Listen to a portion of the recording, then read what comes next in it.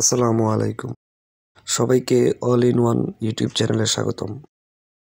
আজকে আমরা শিখব কিভাবে বিভিন্ন ছবিকে রিসাইজ করা যায়।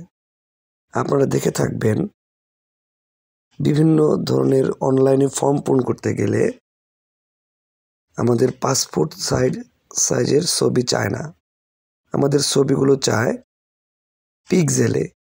যেমন আমাদের ছবিগুলোতে চাবে যে 300x300 আকারের পিক্সেলের ছবি, আবার সিগনেচারগুলো চায় 180x100 এরকম পিক্সেলের ছবি।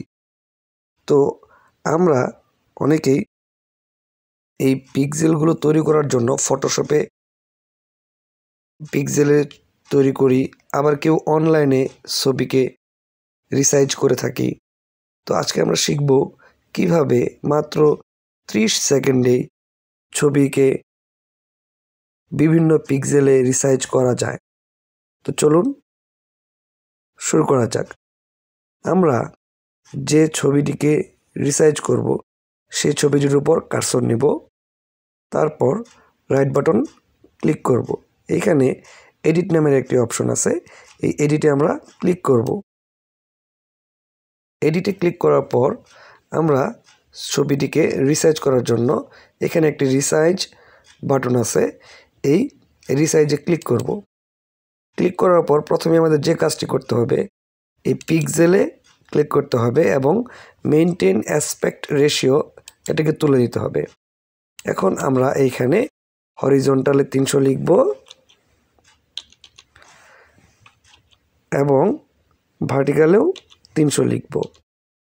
তাহলে হয়ে গেল আমাদের সেই কাঙ্ক্ষিত 300x300 পিক্সেলের ছবি। এখন আমরা ওকে ক্লিক করব। দেন আমরা ছবিটিকে সেভ করার জন্য ফাইলে চলে যাব। এখানে সেভ এবং সেভ অ্যাজ দুটি বাটন আছে। এখানে সেভে ক্লিক করলে আমাদের যে 300x300 ছবিটি হয়েছে, মূল ছবিটি 300x300 ছবি হয়ে যাবে। আবার যদি সেভ অ্যাজে ক্লিক করি তাহলে মূল ছবিটি আগের মতোই থাকবে এবং নতুন আরেকটি ছবি আমরা ক্রিয়েট করব। এখানে বিভিন্ন ফরম্যাটে আমরা ছবিটিকে সেভ করতে পারি, পিএনজি, জেপিইজি, বিএমপি, গিফ এবং বিভিন্ন ফরম্যাটসের ছবিটিকে আমরা সেভ করতে পারি। তো আমাদের যে ছবিটি বেশি প্রয়োজন হয় সেই ছবিটি হচ্ছে জেপিইজি ফরম্যাট। তো আমরা জেপিইজিতে সেভ করার জন্য এখন জেপিইজিতে ক্লিক করব। তারপর ছবিটিকে আমরা কি নামে সেভ করব। এইখানে আমার লোগো ছিল, আমি লোগো 1 দিলাম। এখন ছবিটিকে আমরা যেখানে সেভ করতে চাই, যে ফোল্ডারে হোক সেভ করতে চাই সেই ফোল্ডারে ক্লিক করব। আমি ছবিটিকে ডেস্কটপে সেভ করব, তাই আমি ডেস্কটপে ক্লিক করলাম। ক্লিক করার পর এখন সেভ বাটনে ক্লিক করব। দেখেন ছবিটি আমার আগে লোগো 1 নামে একটি ছবি আছে। তো আমার এটাকে রিপ্লেস করতে বলছে, আমি ইয়েস করে দিলাম, মানে আগের ছবিটির উপর এই ছবিটি রিপ্লেস হয়ে গেল। তো আমার ছবি তৈরি করা শেষ। এখান থেকে আমি ছবিকে ক্রপ করতে পারবো, বিভিন্নভাবে এডিট করতে পারবো। তো আমরা এটাকে ক্লোজ করে দিলাম। তো আমাদের লোগো 1 300x300 ছবি ক্রিয়েট হয়ে গেছে। তো এটা চেক করার জন্য আমরা ছবিটির উপর যদি মাউসটা রাখি তাহলে আমরা দেখতে পারবো ছবির ডাইমেনশনে 300x300 লেখা দেখাচ্ছে।